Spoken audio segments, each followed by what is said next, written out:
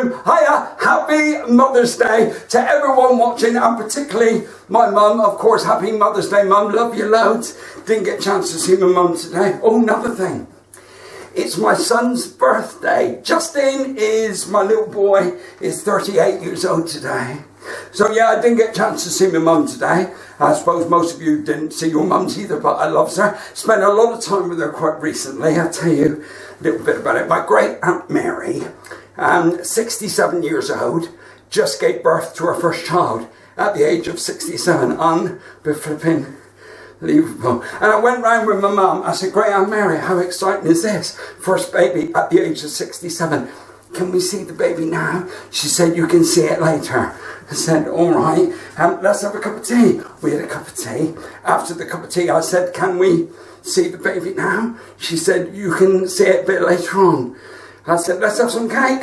We had some cake. Yum, yum, yum. Cup of tea. After, I said, can we see the baby? A bit later. Now, my mum's getting a bit fed up. She said, for God's sake, Mary, when can we see this flipping baby? 67. She said, a little bit later. I said, why do we have to wait a little bit later? She said, wait till it starts crying. I said, why do we have to wait till it starts crying? She said, I can't remember where I put it. Yes, that's my first joke. Live. Laughter. Stop it. So, live from my front room, I'm going to give you, have you all got a drink? By the way, cheers. Happy birthday. So, I'm going to do some lovely songs tonight, and some comedy, and some impressions. When I say lovely songs, I mean good songs. Songs you can all join in with, like, I'll make love to you in the hen house if you'll only egg me on. Nice songs. Songs that people love. Don't go down to the shrimp boats, Nelly, because Daddy's coming home with the crabs. I have no idea what time the watershed is on Facebook. I have no idea. Nice songs. Songs people can join in with. Do you like country music? Here's a nice country song. Open the door, Richard. You might know it better as Don't Close the Door on the Dick, but it's the same one. I don't know if I'm getting away with this. I don't know if you're laughing. Please say you are. Oh, by the way, yeah, if you leave some messages and stuff for me, I can't see them. I can't read them. Number one, the camera's facing the wrong way. Number two, I haven't got my glasses on, so I can't read them anyway. But I will read them later on. Send me lots of love, lots of hearts and all that. Let's have fun together. Lovely songs coming up tonight, including Does Your Pony Have Laryngitis, or Is It Just a Little Horse? Thank you. Nice songs. How can I tell you I miss you when you won't go away? But tonight, we should make the most of it. We should try learning together. Let's ask ourselves some very important questions. Questions like, if you were to choke a Smurf, what colour would it go?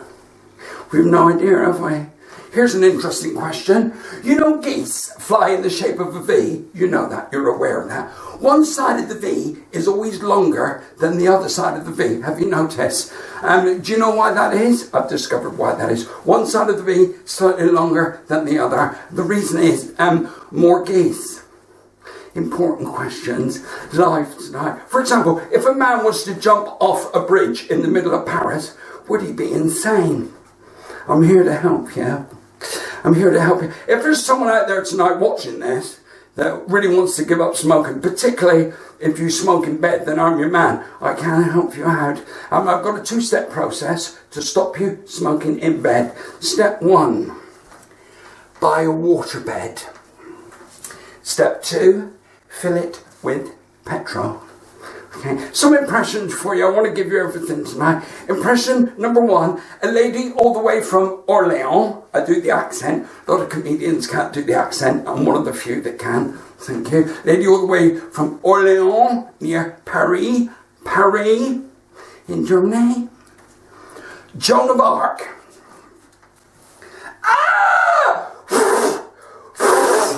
Do another one for you. A man what's stupid putting on deodorant.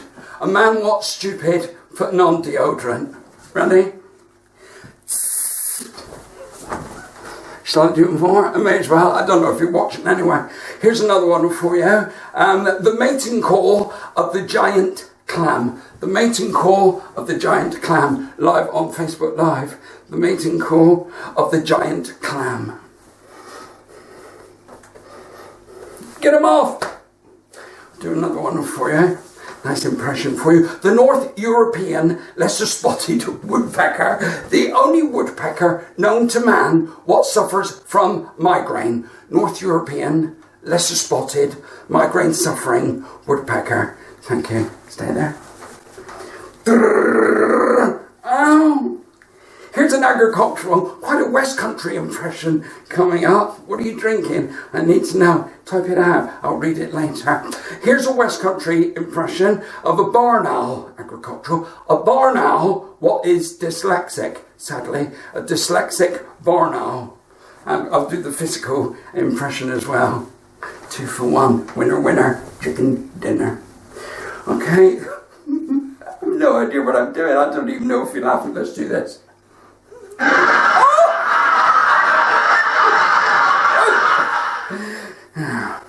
Okay, a dyslexic barn owl. Thank you.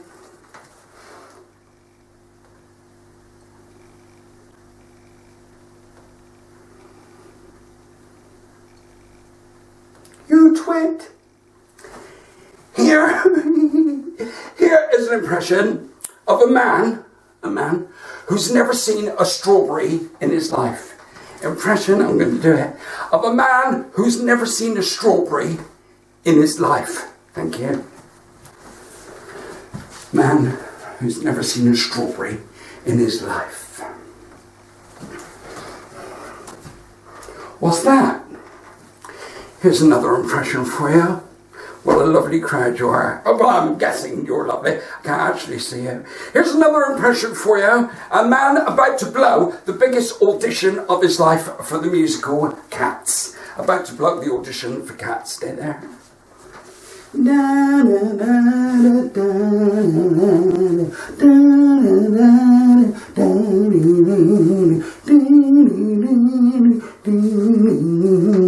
Woof! Okay, lots to give you tonight. I'm by myself in this front room, by the way. My wife, Michelle's upstairs watching, but I would normally have a roadie, but there's no point because I'm just in my front room. I've had some lovely roadies, by the way. Gavin, do you remember Gavin? He was a good roadie. If you've seen me live, you might remember Gavin. He was a great roadie. He's not with us any longer. Passed away of severe heartburn. Didn't know it's a thing, but he passed away of severe heartburn. I can't believe Gabby's gone. Boom. Yeah, so it's just me and Michelle. We're self-isolating. I think we're doing very well. We got our 2 doggies. And because we live in the countryside, we're managing to go out and walk the dogs. And that's a lovely thing. Keeping fit. Keeping fit's very important at the moment. And we're always been very touchy-feely. My wife, well, she's probably getting embarrassed upstairs now. But we are quite passionate. Always have been, probably always will be. And to me, the simple things matter. There's nothing better than waking up in the morning knowing that you're being cuddled. Unless you're in prison, I suppose.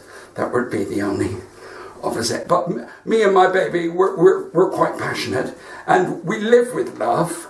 And we keep fit with love. I don't want to embarrass anyone out there. But in these times when personal fitness is very important, I'd like to speak to just the gentlemen in the room. So ladies, don't look, just have a drink and turn like that. Just speak to the boys. Boys, you've got to keep yourself fit.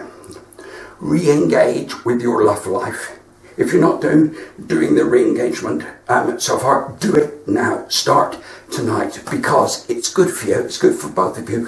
When you make love to your wife or your friend's wife, whoever is available, when you make love to your wife, listen to this, you can burn 250 calories, 250 calories, and that's in one, I nearly said sitting, that's in one session. You can burn 250 calories, but if you're clever, you can burn 3,000 if she keeps her tights on. Just a thought, might help you. Just a public service coming at you now, just having a drink. Oh, this lemonade's funny colour, bear with. So yeah, that's the way we've always been touchy-feely, me and my baby. But some people don't do that. We've got some friends, Bob and Sandra, and they're a lovely couple, but they make love tantrically, which means they don't touch each other Bit weird for me, that. I'm touchy-feely. But they can make love just by looking at each other. It's called Tantric Sex. And not really for me, but they're a lovely couple, Bob and Sandra. Bob and Sandra Rogers. Bit of an ironic surname. And so they came round. Did you get that one? Some of you didn't get that. I'm going to give you a chance to get that one. They came round the other night for dinner. Shell did a lovely dinner. And towards the end of the meal, I noticed that Bob and Sandra started staring at each other intently. And I thought, oh my God, are they doing it now? At the dinner table? Oh no. And I could tell my wife was thinking the same thing because she was struggling to get down her spotted dick. Well, this is important, Everdry. This is important. The next day, Sandra went to the doctor's just for a checkup. She wasn't worried about nothing. And the doctor said, congratulations. She said, what? He said, congratulations, you're pregnant. She said, no, I can't be pregnant. We practice tantric sex, so we don't actually touch each other. He said, you're pregnant. Congratulations. She said, no, this can't be. We make love with our eyes. He said, well, your husband must be cockeyed, I suppose. I don't know. Maybe he is. But this is all, you're still laughing, this is all catching on, this tantric thing. In fact, in our village now, we have a tantric lady of the night. I say lady of the night, I don't want to say the rude word. We have a tantric lady of the night. And you can pay her by card, but it has to be contactless. Boom! Lots of comedy coming at you. But, do you know, I love them expressions, stuff like lady of the night, because this is what my mum and my gran, they would say things like, she's a lady of the night, because they didn't want to say the words. So that's a house of ill repute. We all know what they meant. Actually, I saw a weird arty film on that the other night, a house of ill repute. It was 7 celebrity chefs broke into a house of ill repute and smashed it up. I think it was called Too Many Cooks Spoil the Brothel. I think that's what it was. I'm not actually sure. Ladies and gentlemen, enjoy with me the quickest blues song in the world.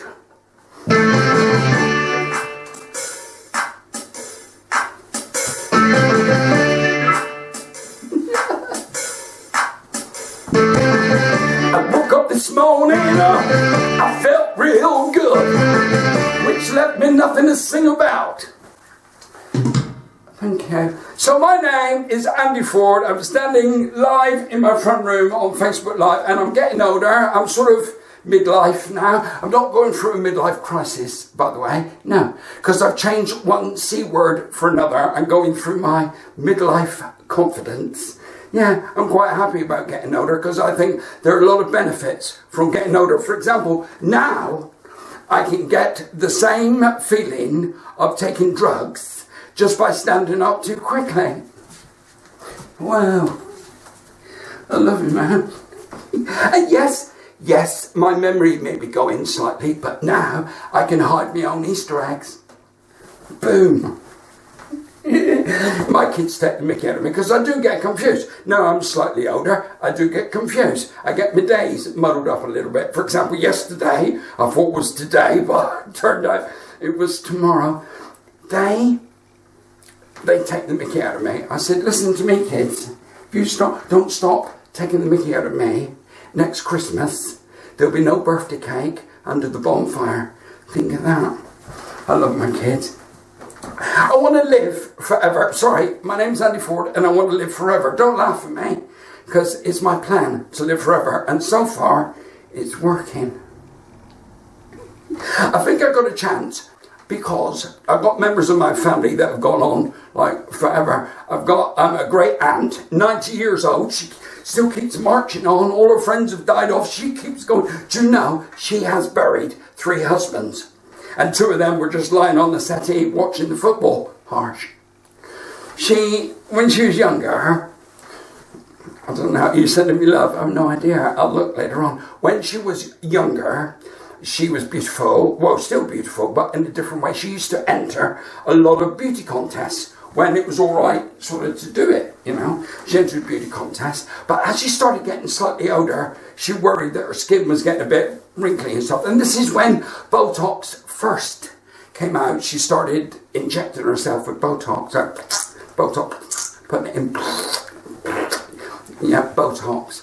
And on her last beauty contest, she got disqualified because of the Botox. But to be fair, she didn't really look that surprised. So, ladies and gentlemen, boys and girls, I have a lot to give you. Here's my advice for those of us getting older. Do what you want to do. As you get older, don't worry about other people telling you you shouldn't do that. When I was 50, for example, this might come as a bit of a shock to you. When I was 50, I wanted to buy a sports car, and people said to me, don't buy a sports car. That's a bit of a statement. Yes, I did. I wanted to buy a sports car, and I bought a sports car, and I loved it. And I learned a lot about myself. I actually learned a lot about my wife as well, because she kept climbing out through the sunroof, and I learned she was cesarean. See, you learn as you go.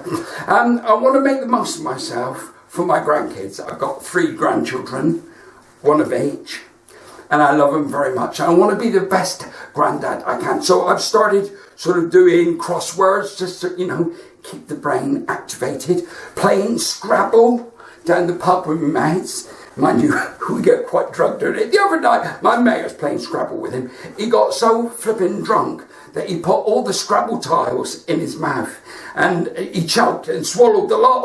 I thought, when that comes out the other end, that could spell disaster. How many points would that be? One microphone, I'll just check a bit. This is live, anything can flipping happen. So yeah, I want to make the most of myself for my grandkids, because that relationship between grandparents and children is very important. I love my gran and granddad, I loved them, and my gran was very special. Right, this is what she used to do. If someone knocked on the front door, she put her coat on. Isn't that lovely? If it's someone she liked, she was just coming in. If it's someone she didn't like, she was just going out. I loved her. Quite quirky. She knew all the expressions, but as she got older, she got a little bit confused. She used to say things like, never forget, Andrew, where there's muck, there's grass. Not quite right. I said, see a pin, pick it up all day long, you'll have a pin. Bless. Once I caught her, here's one of her favourites, where there's a well, there's a relative. I caught her once in the toilet, walking round. I said, Gran, what are you doing? She said, I'm just having a little look around. I said, why? She said, my mother always used to tell me, you should always look before you leak. I loved her. She was quite canny, mind you. I remember staying around there once with my granddad, and she said, Andrew, could you put a bit of toast on and pour some orange juice, and then breakfast will be ready? I said, okay, Gran. And what we having for breakfast? She said, orange juice and toast. Boom. When we lost, you're laughing. When we lost, welcome to my front room, do you like the blue sheet? When we lost my granddad, I thought, I don't want her to be lonely. So I bought her a talking parrot. Talking parrot for company. And I went round the week after, and I said, where's the parrot gone? Has someone taken it? She said, no. I said, well, where's the parrot? She said, I ate it. I said, you flipping ate it? I said, it's a talking parrot. She said, well, why didn't it say something when I was putting it in the oven? Let's see if I can do this. Yes. I love my granddad. I loved him, and he's gone now, obviously. He was a roofer. He's probably up there now. Lovely man. Yes, he had his problems. Yes, he was schizophrenic, but he was good people. I loved him. Do you know, my granddad was a man of few words. He once said to me, Andrew, I'll never forget that. Not the best memory in the world, coincidentally. He once pulled me to one side and left me there. Some people say, I'm trying to think who it was, some people say bad memory is hereditary. I can't remember who said it. But my father, are you keeping up with this? My father was struggling a while back with his memory, and he went round to see my Uncle Jack. I don't know if you know my Uncle Jack. He's called Uncle Jack. And my dad went round there with my mum, and Uncle Jack was there with his wife, and Dad said, I'm struggling with my memory. Can't remember the name of my children or my great-grandchildren. And Jack said, well, I suffered as well. I'm all right now. And Dad said, well, I can walk into a room and not know why I've gone in there. He said, I did that last night, but it was the toilet. Boom. But Jack said, well, my memory was really bad now. But I went to a clinic, started going to a clinic just outside of Exeter. And Dad said, yeah. He said, it's brilliant. It's like groundbreaking techniques. For example, one of the techniques they use is visualization. If you can see it in your mind's eye, you can remember it. If you can see it, you can remember it. Dad said, that sounds brilliant. Has it improved your memory? And Jack said, my memory is 100%. There's nothing I can't remember. And Dad's fantastic. That's exactly what I need. What's the name of the clinic? And Jack said,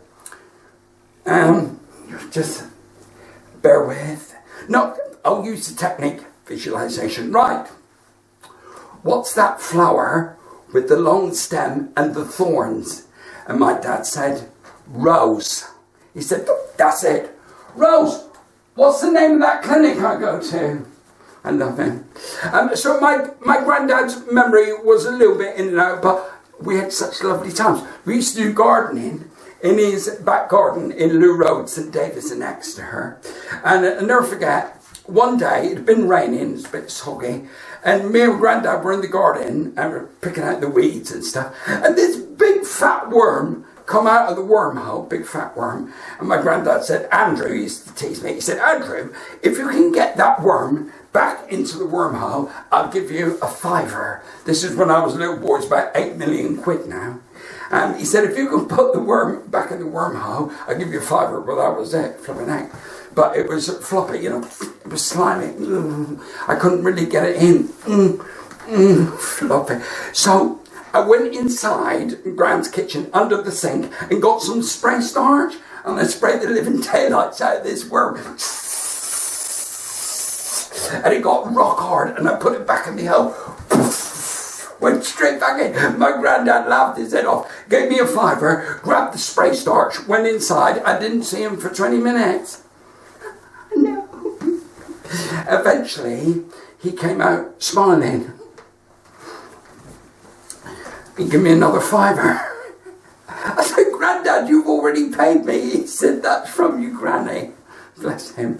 So, I want to be the best grandparent I can be to my children, my grandchildren. I got 3 grandchildren, one of each. I'm going to tell you all about them after this next song, What's Lovely. I'm going to have to press a button because I'm the only person here.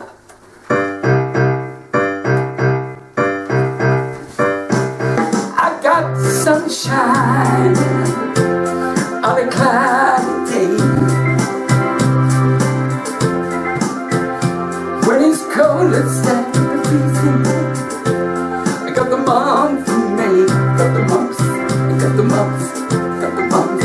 Yeah, I guess you say, what can make me feel this way? Fingers, talking back, fingers. Right, Dylan's my eldest grandchild, and next year he's 16. Next year he can get married. How the flippin' heck's that happened? But when I was touring around everywhere, my dad used to keep me in contact with the family, and he told me when Dylan was quite young, he went to his first, we used to call it chemistry, but now they call it science lesson, and he was quite young. The teacher brought out 2 glasses, one with water, and she filled one with whiskey, and 2 earthworms. Put one in the one with water, one in the one with whiskey. The one in the water just sort of floated around, no problem. The one in the whiskey fizzed and sank to the bottom and died. And the teacher said, boys and girls, what does this lesson tell us? And my grandson didn't put his hand up and said, please miss, if you drink whiskey, then you won't get worms. Bless him. But not always plain sailing. Just bear with me for a second. not always plain sailing, my grandson. My dad told me once that Dylan had to sit on the naughty step, flipping naughty step. We didn't have a naughty step when I was young. I thought, what's a flipping naughty step? If we got in trouble when I was little, when we was at school, we had to sit in the corner, right, drink our milk in the corner, with a cone-shaped hat on our head. That's what we had to do. And I had to do it once because I failed my test, my spelling test.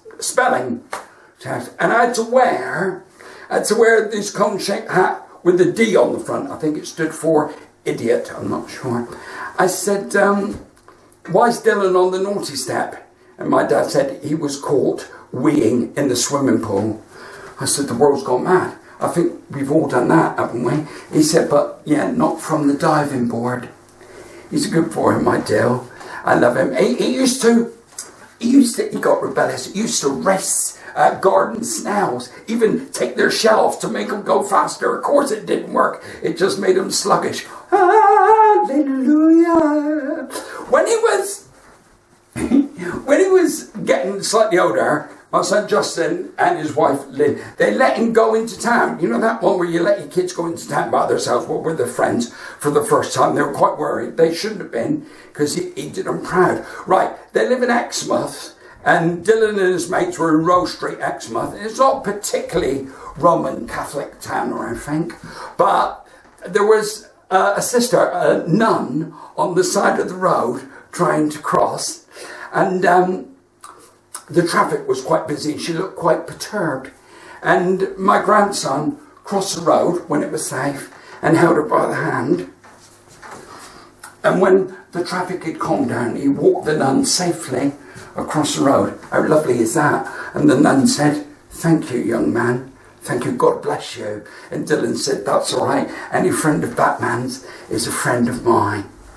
Isn't that nice? I've got 3 of them, 3 grandchildren. Our Sophie's brilliant. She does, she used to do the mixed martial arts and all that lot. She's lost a bit of weight. She's looking great. I got in trouble the other day. This is because this is a generational thing, I think, because she's looking good. And I said to her, Sophie, you look really fit. She said, Grandad, why have they changed the meaning of words? She looked right. When she was little, she went to Bassett's Farm School in Exmouth, and her mate, when she was in the younger bit of the school, her mate Mary wet herself in the class, and her teacher, Mrs. Atkinson, had some knickers and pants spare in a box for this eventuality, and she gave her a pair of knickers, Mary. She said, put them on, my love. She said, get Daddy to wash them and then bring them back when you. I don't know why it was only Daddy. It's nothing to do with me. I didn't get involved.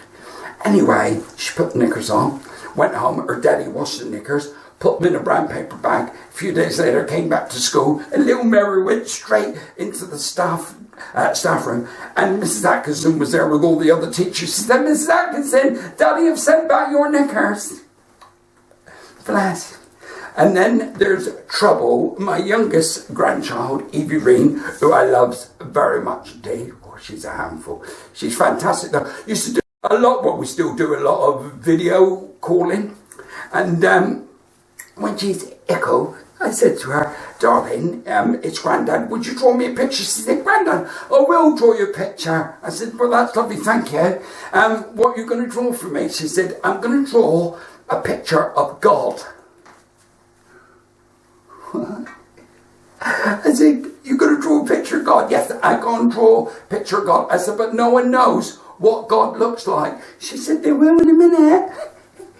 And she drew this picture for me. She finished, she held it up to the phone. She said, there you are, Grandad. There he is, Harold. I said, what, lover? Harold. I said, I thought you drew a picture of God. She said, silly Grandad. That's his name. That's God's name, Harold. I said, right, who told you that? She said, Sunday school. Our Father, who art in heaven, Harold be thy name. Bless. And when she was going to school for the first time, started her first day at school, and we did the video chat. I said, did you go to big school today? It was nursery. Did you go to big school? She said, yes, I did, Grandad. I said, did you play with the sand pit or with the water? She said, no, Grandad, we did geography. First day, infants. Geography. I said, what's that, learning about where you live? She said, no, we were looking at the complexities of the Middle East today. Grandad flipping heck. Okay. Complexities of the Middle East. She said, ostensibly, Grandad, we were looking at the difference between Abu Dhabi and Dubai. I said, right. She said, do you know the difference between Abu Dhabi and Dubai? I said, lover, no. I don't actually know the difference. She said, I'll tell you. The people in Dubai don't like the Flintstones. I'm going to finish this one. And the people in Abu Dhabi do. Boo! So, flipping time's going on. I can't stay too long. So, yeah, I've started going to the library and everything to try, improve myself. And our library is fantastic up here. But I didn't get a chance to go to the library when I was a little lad because I lived in Exeter, whipped in Exeter, and the nearest library was in the city and we didn't have a car or nothing. But we used to have a mobile library. Do they still have mobile libraries? Mobile library used to come round on a Wednesday.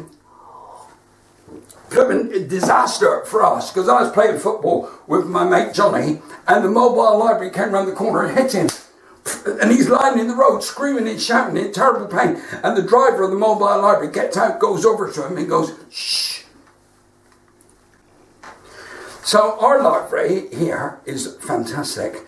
And we've a wonderful archetypal, sexy librarian, archetypally sexy, long dark hair, horn rimmed glasses, lovely chap, just joking, lovely lady. We're all queuing up to see her because we've very important questions we need to ask her. And this bloke at the front, about my age, middle age, and he said, he's going through a midlife crisis. He said to her, excuse me, my love, do you have the book I ordered about men with small genitalia? Oh my God, he just said it. Do you have the book I ordered about men with small genitalia? And she said, I'm not sure if it's in yet. He said, yes, that is the one. And then this other bloke goes up to her and he said, right, honest to God, cross my heart, I had to work for Pontins. He goes up to her and says, cod and chips twice, mushy peas, salt and vinegar, wrapped, not open. She said, what? He said, cod and chips twice, mushy peas, salt and vinegar, wrapped, not open. She said, but this is a library. He said, sorry. Cod and chips twice, mushy peas, salt and vinegar, wrapped, not open. I love our library. I went up to her, I said, could you direct me to the self-help section in the library? She said I could, but that would defeat the object, wouldn't it? So I went in. I went through the shipbuilding section. I mean, that was riveting. And I got to the hobby section. That's quite interesting in our library. They got books on different hobbies. There's a book on fishing called The One That Got Away. Quite a big book, about that size. No, it might even a bit. No, I think it was. And there was a book on tennis, how to make a fortune playing tennis. I mean, what a racket. This was interesting. You're still there? This was interesting for me. Lots of book on Scrabble. Loads of book on Scrabble. I thought, have a word. Then I went into the section called Miscellaneous. Some of the weirdest books I've ever seen in my life. Trust me, if you could. And there was this book called How to Sharpen Pencils in the Dark. A book. How to Sharpen Pencils in the Dark. I could not see the point. So, I just strolled into the art section. Now, I love art. I don't think you can beat Botticelli in the morning. Love a bit of art. Not everyone likes art, mind you. I was in an art gallery the other day. This bloke flipping moaning, standing next to this thing. He said, oh, I suppose they call this modern art, do they? I think it's disgusting. I suppose they call this modern art. I said, no, lover, they call that a mirror. So here's the interesting thing. I went into the library into a section called Erotica. in the flipping library. It's just mucky books, really, but in a library. And there was this book about how to make sexy sauces called 50 Shades of Gravy. I didn't actually buy it. I didn't buy it. I don't know when you finish laughing. I'll keep talking till you have. Have you finished? Well, that's a good thing. Then there's this big tome called The Difference Between Erotic Sex and Perverted Sex. I mean, disgusting as far as I'm concerned. Big book. And I'll be honest with you, it took flipping ages to read it. I was there for hours. The difference between erotic and perverted. I'll summarise it for you so you don't have to read it. I don't want you to read it. Main difference between erotic. With erotic sex, you'd maybe use a feather. Just tickly feather, maybe. But for perverted sex, it would be the whole chicken. You've been lovely tonight. I'm going to leave you. I'm going to leave you with the poem. Yes, we're going through some stuff at the moment. And times are pretty rough. Where once we'd cough to hide a fart. Now we fart to hide a cough. I know. But we'll get through this together. I know we'll see it through. Thanks for watching my little show tonight. I send all my love to you. Good night, everybody. See you very soon. Love you. Thank you. Good night.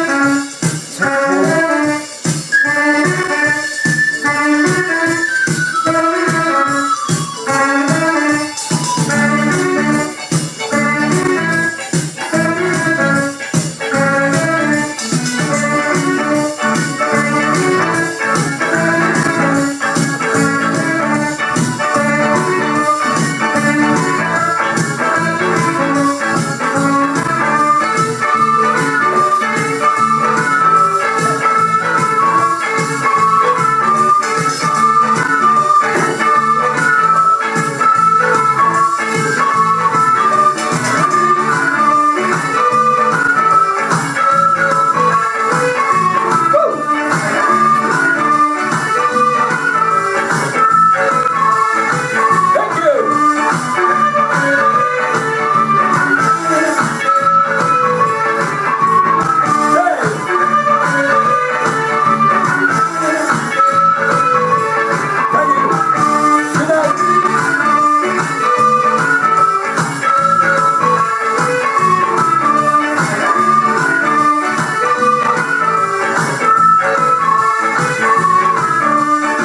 See ya.